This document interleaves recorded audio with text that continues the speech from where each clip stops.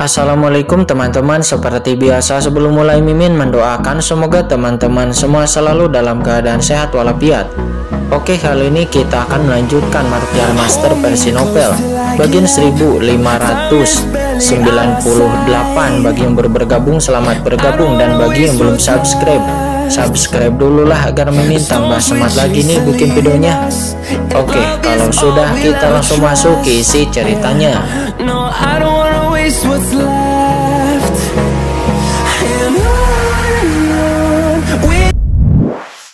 Kata Pangmuling.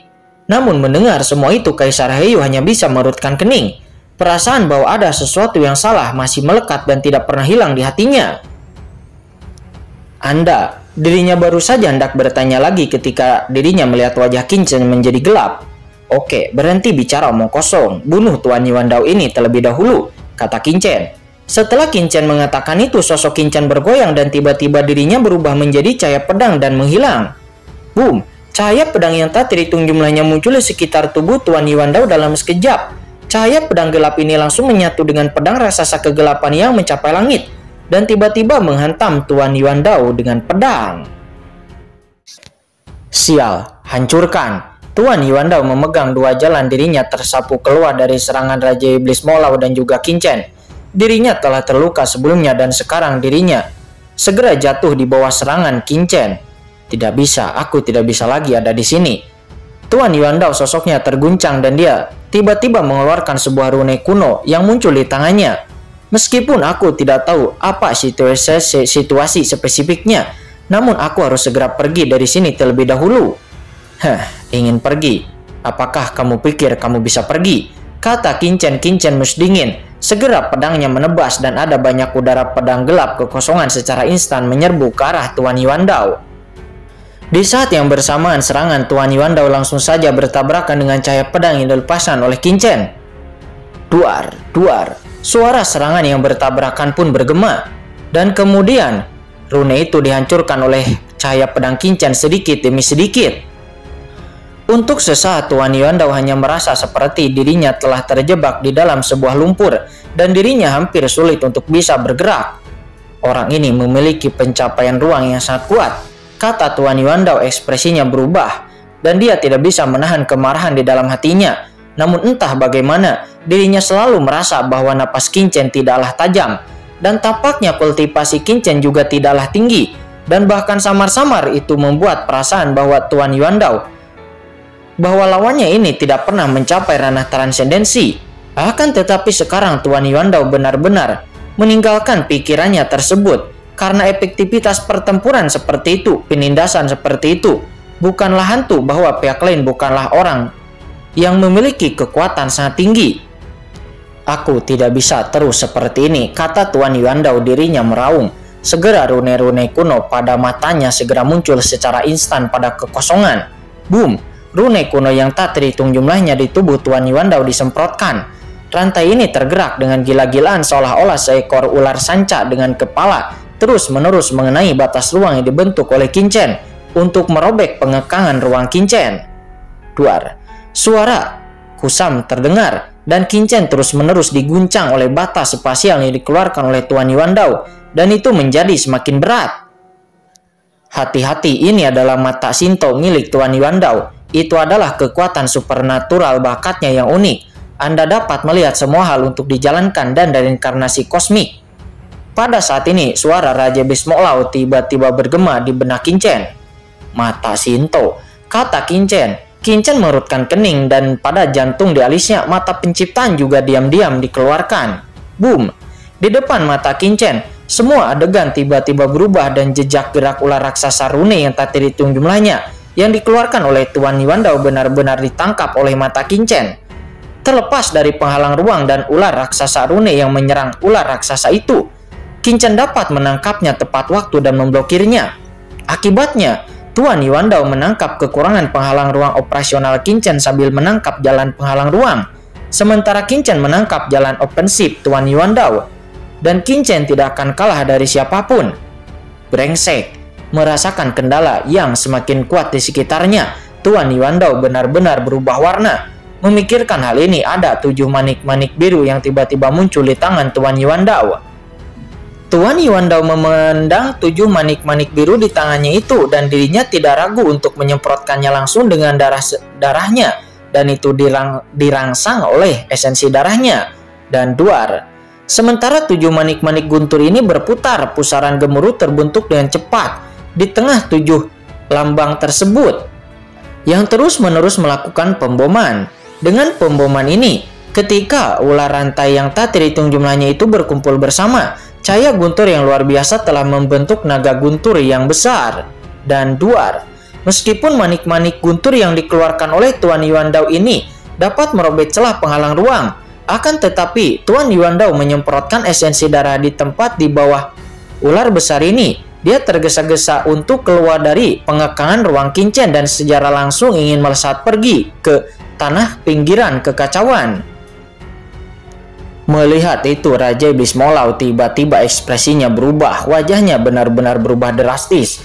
Raja Iblis Molau langsung saja bergegas dengan tergesa-gesa. Dirinya tidak boleh membiarkan Tuan Yuandao itu bisa melarikan diri dari sini, karena jika sampai Tuan Yuandao itu dibiarkan lari dari sini, maka itu akan menjadi bencana bagi mereka selanjutnya. Terlebih lagi, itu juga akan sangat berbahaya bagi Nona Muda Pangmuling. Oleh karena itu, tanpa ragu-ragu Raja Iblis Molau pun segera mengejar Tuan Yuandao dengan gila. Melihat Raja Iblis Molau mengejarnya, Tuan Yuandao bagaimana mungkin tidak tahu pikirannya, dan boom, segera 7 manik-manik guntur dirangsang oleh esensi dan darahnya lagi, dan sekali lagi menunjukkan cahaya yang mengejutkan. Pada saat ini Raja Iblis Molau terbakar dan darah esensinya juga disemprotkan, dan dia memandang Tuan Yuandao di kejauhan. 7 manik-manik guntur ini jelas merupakan harta super, dan setelah itu dilayangkan itu mungkin saja akan menyakiti dirinya. Satu tembakan membombardir Raja Iblis Molau, dan Raja Iblis Molau memandang Tuan Yuandao di depan. Dirinya segera menjarah ke depan dengan arah yang diburu oleh Tuan Yuandao. Pada saat ini Qinchen lalu berkata dengan dingin, "Saudara Heiyu, apa yang kamu lakukan? Apakah kamu tidak akan menghentikan Tuan Yuandao itu?" kata Qinchen. Mendengar itu wajah Heiyu nampak jelek, tetapi sebelum Heiyu dapat berbicara, tiba-tiba, "Heiyu pengkhianat, kurang ajar," kata Tuan Yuandao. Dirinya segera langsung melayangkan serangan 7 manik-manik gunturnya ke arah Heiyu, dan boom, guntur yang tak terhitung jumlahnya meledak langsung ke arah Kaisar Heiyu. Menghadapi serangan dari Tuan Yuandao, Kaisar Heiyu langsung menggunakan kekuatan kegelapannya. Kekuatan kegelapan naik ke langit dan kekuatan kegelapan menyapu seperti lautan. Itu bertabrakan dengan laut guntur yang tak ada habisnya yang dikeluarkan oleh Tuan Yuandao. Dan boom, terang langit pun bergelombang dan kegelapan langsung melonjak secara bersamaan, menyapu dari satu arah. Sementara di sekitar para bawahan Tuan Yuandao nampak ketakutan. "Ayo lari!" Pada saat ini mereka semua memutuskan untuk lari. Bahkan jika mereka idiot, mereka dapat melihat bahwa Tuan Yuandao saat ini telah memasuki perangkap musuh. Tiba-tiba hampir tidak ada keraguan pada orang-orang ini. Satu persatu segera naik ke langit dan bergegas menuju ke pinggiran tanah kekacauan. Pada saat ini hanya ada satu pemikiran di hati mereka, dan itu adalah untuk bisa bertahan hidup. Ingin pergi. Melihat adegan ini, Qinchen merutkan kening dan matanya menjadi sangat dingin. Pergi, dia mengangkat tangannya dan segera cahaya pedang gelap langsung memasuki kekosongan sebelum kemudian menghilang. Dan momen berikutnya, boom, kekosongan cahaya pedang ini langsung muncul di kejauhan dan secara instan memotong kelompok orang tersebut. Tidak baik, blokir. Kelompok orang tersebut pun meraung dan mereka hanya merasakan rasa krisis yang tak ada habisnya yang muncul di hati mereka. Dan mereka dengan buru-buru melancarkan serangannya untuk memblokirnya. Akan tetapi tidak peduli seberapa cepat mereka, bagaimana mereka bisa melewati cahaya pedang Qinchen dengan cepat. Oleh karena itu, duar. Hanya dalam sesaat sepotong tengkorak naik ke langit, darah mewarnai langit, dan napas setengah langkah transenden meluap. "Cahaya pedang ini," kata Kaisar Heiyu di saat melihat itu. Dia langsung melihat cahaya pedang yang dilepaskan oleh Qinchen sebelumnya, dan dia tidak bisa menahan diri untuk tidak bergerak. Seolah-olah dirinya telah melihat serangan itu sebelumnya. Tapi di mana itu? Ya, itu dia. Tampaknya Kaisar Heiyu memikirkan sesuatu dan mata Kaisar Heiyu tiba-tiba melebar. "Nah, itu kamu," kata Kaisar Heiyu. Dia memandang Qinchen dengan cukup luar biasa. Tapi bagaimana ini mungkin? Pada waktu itu Kaisar Heiyu yang mengejar Xiahou Supreme dan Qin Chen, dirinya sadar betul bahwa orang yang dirinya kejar tidak memiliki kekuatan kegelapan sedikit pun, akan tetapi orang ini memiliki kekuatan kegelapan. Dan alasan terbesar mengapa dirinya tidak menghubungkan Qin Chen itu adalah kekuatan Qin Chen sekarang. Karena meskipun Qin Chen kuat pada waktu itu, tetapi diri Qin Chen waktu itu hanyalah berjuang untuk melawan dirinya sendiri tanpa bisa melancarkan serangan balik.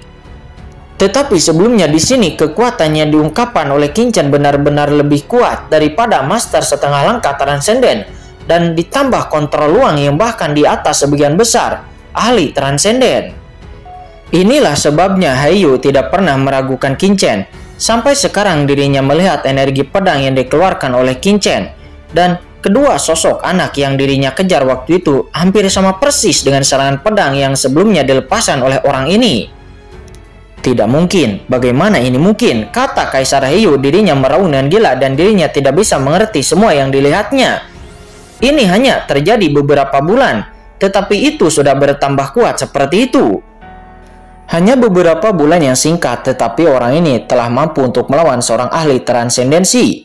Boom! Namun ketika itu, tiba-tiba, dari jantung Kaisar Heiyu, Tuan Yuandao akhirnya mengambil kesempatan itu. 7 manik-manik guntur berputar dengan cepat, dan manik-manik guntur itu ditempel kemudian pecah. Kurang ajar. Kaisar Heiyu meraung, dan dirinya terbakar oleh luka yang tak terhitung jumlahnya oleh guntur yang luas tersebut. Tuan Yuandao, tolong, tenanglah, kata Heiyu, dia berteriak. Kita telah berada di bawah rencana pihak lain. Kata Kaisar Heiyu, ya, aku memang berada di bawah rencana pihak lain, tetapi itu adalah rencanamu. Aku seharusnya tidak pernah percaya kepadamu, kata Tuan Yuandao, dia berkata dengan marah, matanya menjadi dingin. Tidak, itu adalah anak laki-laki itu. Orang yang menggunakan pedang itu bukanlah ahli transendensi dari klan kegelapan saya, tetapi bocah itu adalah bocah dari alam semesta awal yang dikejar oleh saya, kata Kaisar Heiyu. Pada saat ini semakin dirinya melihat Qin Chen, semakin dirinya memverifikasi tebakannya. Hahaha, apakah kali ini kamu juga ingin berbohong kepadaku? Kata Tuan Yuandao, dirinya malah mencibir dan segera guntur yang kasar sudah membombardir lagi. Pada saat ini dalam kekacauan yang tak ada habisnya ini, sekelompok orang dengan cepat mengejar, dan keempat tokoh itu nampak saling mengejar dan mereka melewati jarak yang tak terhitung jumlahnya. Di antara mereka Tuan Yuandao terbang di depan, sementara di belakangnya diikuti oleh Kaisar Heiyu, dan kemudian di belakangnya lagi adalah Qin Chen dan Raja Iblis Mo Lao. Cara keduanya datang sebelumnya diblokir oleh Qin Chen dan Raja Iblis Mo Lao. Jadi arah keduanya sekarang melarikan diri adalah arah lain dari tanah kekacauan, di mana Qin Chen sebelumnya telah mengatur guntur yang sunyi dan gelap. Dalam hal kultivasi, Qin Chen secara alami adalah yang terlemah di antara mereka bertiga. Tetapi sekarang Qin Chen adalah yang terkuat di jalan ruang angkasa. Tuan Yuandao, Anda tolong dengarkan perkataan saya. Kita telah masuk ke dalam jebakan pihak lain. Orang ini bukanlah orang dari klan kegelapan saya, tetapi orang ini adalah orang yang telah saya kejar dan ingin saya bunuh dari klan kegelapan. Anda harus percaya kepada saya, kata Kaisar Heiyu. Selama proses penerbangan, Kaisar Heiyu terburu-buru berkata kepada Tuan Yuandao, mencoba untuk meyakinkan Tuan Yuandao. Bagaimana seorang ahli setengah langkah transenden puncak bisa memiliki kekuatan seperti itu? Kaisar Heiyu, apakah menurutmu aku idiot? Kata Tuan Yuandao, dia sangat marah. Kaisar Heiyu ini sudah bertindak terlalu jauh. Mendengar ini, Kaisar Heiyu buru-buru mengirimkan pesan suara. Kultivasi orang ini memang hanyalah setengah langkah puncak transendensi, tetapi untuk beberapa alasan yang tidak diketahui, pemahamannya tentang prinsip ruang tiba-tiba meningkat pesat. Jadi dia memiliki kekuatan seperti itu. Ya, itu seharusnya adalah karena buah pola kekosongan ilahi. Buah pola kekosongan ilahi yang diperoleh oleh wanita tertua dari rumah Anyou pasti telah diberikan kepada anak ini, jadi pencapaian spasialnya telah meningkat pesat seperti itu. Kata Kaisar Heiyu, dia memikirkan alasannya dan dirinya bahkan bersumpah. Namun kemudian, duar. Tuan Yuandao menanggapinya dengan pukulan mengerikan dari 7 manik guntur dewa jalan jatuhnya. Dengan letupan, Kaisar Heiyu sosoknya bergoyang di bawah kekuatan guntur ini, dan dia segera mengeluarkan seteguk darah dan wajahnya menjadi menghitam. Kaisar Heiyu, kamu sendiri juga idiot. Jangan perlakukan orang lain sebagai idiot. Wajah Tuan Yuandao menjadi pucat. Kekuatan ruang yang terkandung di dalam buah pola ilahi kekosongan memang sangat kuat. Bahkan kamu dan aku pun perlu melakukannya. Mencari tahu hanya dalam, lalu diserap untuk memiliki kekuatan ruang. Namun jika orang ini benar-benar setengah langkah menuju puncak transenden, bagaimana dia bisa berada di tempat ini? Terlebih lagi, bagaimana orang itu bisa menyerap buah pola kekosongan ilahi dalam waktu yang singkat? Apakah menurutmu aku akan percaya kepadamu? Kata Tuan Yuandao. Di saat Tuan Yuandao berbicara, dirinya sangat marah dan segera sambaran petir terus-menerus membombardir Kaisar Heiyu. Sial, Kaisar Heiyu ini sama sekali tidak menganggap diriku sebagai manusia. Apakah menurutnya aku mudah untuk dimainkan? Kata Tuan Yuandao di dalam hatinya. Sementara saat ini Kaisar Heiyu menghindari beberapa sinar guntur satu demi satu. Luka di tubuhnya terpengaruh dan dia tidak bisa menahan diri untuk tidak mengerang. Namun dirinya juga mengakui bahwa apa yang dikatakan oleh Tuan Yuandao memang juga masuk akal. Sudah terlambat untuk mengambil sendiri harta karun seperti buah pola ilahi kekosongan. Jadi bagaimana orang lain bisa memberikan dan memiliki kekuatan ruang yang begitu menakutkan? Dan bagaimana mungkin Qinchen dapat menyerap buah pola dewa kekosongan yang diberikan oleh Pang Muling hanya dalam sekejap mata? Siapa lagi yang akan bisa mempercayai perkataannya? Akan tetapi Kaisar Heiyu juga tidak bisa memberitahu asal-usul Qinchen. Karena jika dirinya sampai memberitahu asal-usul Qinchen yang sebenarnya, tetapi alam semesta awal itu terlalu berharga. Satu alam semesta awal itu sudah cukup untuk membangkitkan ketamakan kekuatan tertinggi. Dan klan kegelapan mereka telah menghabiskan begitu banyak upaya untuk hampir bisa menaklukkan alam semesta awal itu. Oleh karena itu klan kegelapan mereka tidak akan pernah menyerah. Selain itu, ada alasan penting lainnya. Karena begitu dia memberitahu Qinchen bahwa dirinya berasal dari alam semesta asli, maka Tuan Yuandao itu pasti akan semakin mempercayainya. Begitu kekuatan-kekuatan di laut kosmik alam semesta awal yang terungkap itu hampir setara dengan alam liar yang terpencil. Secara umum para jenius yang lahir di dalamnya tidak dapat dibandingkan dengan para jenius yang lahir di laut kosmik. Namun kekuatan yang ditunjukkan oleh Qinchen di hadapannya itu sudah setara dengan tingkat transenden. Ini adalah seorang jenius yang tidak dapat dengan mudah dilahirkan bahkan di lautan kosmik. Hahaha, Kaisar Heiyu, aku tidak menyangka kamu masih mau menipu Tuan Yuandao saat ini. Kamu benar-benar berdedikasi. Pantas saja leluhur begitu menyayangimu, kata Qinchen. Di belakang Qinchen tertawa dan mengangguk penuh penghargaan kepada Kaisar Heiyu. Kurang ajar, dasar iblis kecil berkepala besar, kata Kaisar Heiyu dia saat marah hingga rambutnya hampir berdiri tegak. Boom, boom. Pada saat ini serangkaian suara menderu tiba-tiba datang dari kejauhan. Dan kemudian serangkaian jeritan melengking terdengar. Saat berikutnya Tuan Yuandao dan Kaisar Heiyu merasa ngeri karena mereka melihat burung hantu dewa tiba-tiba bergegas keluar dari kehampaan di depan mereka. Ketika Master Transenden setengah langkah yang mereka bawa mencoba melarikan diri dari tempat lain, entah bagaimana hal itu tiba-tiba mengingatkan sejumlah besar burung hantu dewa. Sejumlah besar burung hantu dewa ini sungguhlah menakutkan. Sekilas ada puluhan atau bahkan ratusan. Di tengah jeritan yang melengking, para master setengah langkah transendensi bawahan Tuan Yuandao sebelumnya saat ini terus-menerus dibunuh oleh sejumlah besar burung hantu dewa tersebut.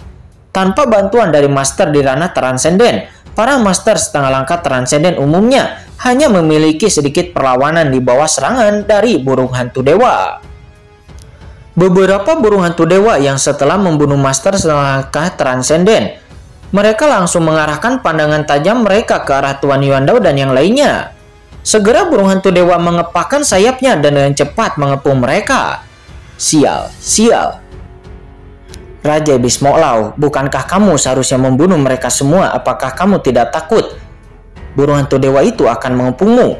Melihat burung hantu dewa berkumpul di sekelilingnya, Raja Iblis Moklau di kejauhan meraung dengan marah. Pada saat ini, dirinya tidak melarikan diri, melainkan diam di tempatnya dengan tubuhnya yang bermekaran dengan bunga dewa cemerlang, seperti matahari yang terik, dikelilingi oleh begitu banyak burung hantu dewa. Bahkan ahli transenden yang berkuasa pun akan berada dalam bahaya dan mungkin saja jatuh.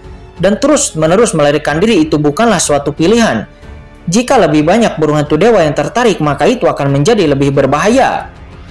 Pada saat ini, Raja Iblis Molau dan Kincen memantapkan tubuh mereka di dalam kehampaan dan mereka berdua tidak terburu-buru melangkah maju untuk mengambil tindakan.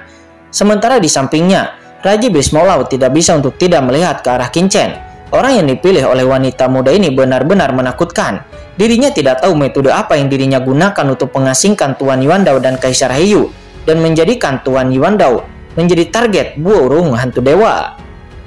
Kaisar Heiyu, kami akan segera mengambil tindakan dan membunuh orang ini, kata Kincen. Dia melangkah maju selangkah demi selangkah dan berbicara dengan Kaisar Heiyu. Membunuhmu, bajingan. Tuan Yuandao, sekarang aku akan membuktikan kepadamu bahwa orang ini dan aku jelas bukan kelompok yang sama, kata Kaisar Heiyu. Ekspresi Kaisar Heiyu menjadi galak dan boom, aura kegelapan yang mengepul keluar dari tubuhnya dan dia bergerak menuju ke arah Kincen dengan gila-gilaan untuk membunuh Kincen. Pada saat ini bahkan Kaisar Heiyu berusaha sekuat tenaga membakar sumbernya, setara dengan melukai musuh sebanyak 1000 dan merusak dirinya sendiri sebanyak 80%. Bahkan jika dirinya dapat membunuh Kincen, maka dirinya akan terluka parah dan akan memakan waktu bertahun-tahun untuk bisa memperbaiki sumbernya yang rusak. Tetapi tidak ada yang bisa dirinya lakukan sekarang. Kaisar Heiyu tahu betul bahwa jika dia tidak berjuang keras sekarang, maka dirinya pasti akan mati di sini. Bagaimanapun setelah Tuan Yuandao dibunuh oleh Kincen, maka dirinya sendiri juga tidak akan mampu menahan serangan dari Kincen, ditambah dengan Raja Iblis Molau. Jika sebelumnya dia memiliki kesempatan untuk bisa melarikan diri, tetapi sekarang dirinya telah dikelilingi oleh begitu banyak burung hantu dewa. Bahkan jika dirinya membakar asal-usulnya dan mengorbankan separuh hidupnya untuk melarikan diri, dia mungkin akan mati karena dikelilingi oleh burung hantu dewa yang tak terhitung jumlahnya. Dan sekarang satu-satunya harapan baginya untuk bertahan hidup adalah bergabung dengan Tuan Yuandao. Dan sekarang tugasnya adalah untuk membuat Tuan Yuandao mempercayai dirinya.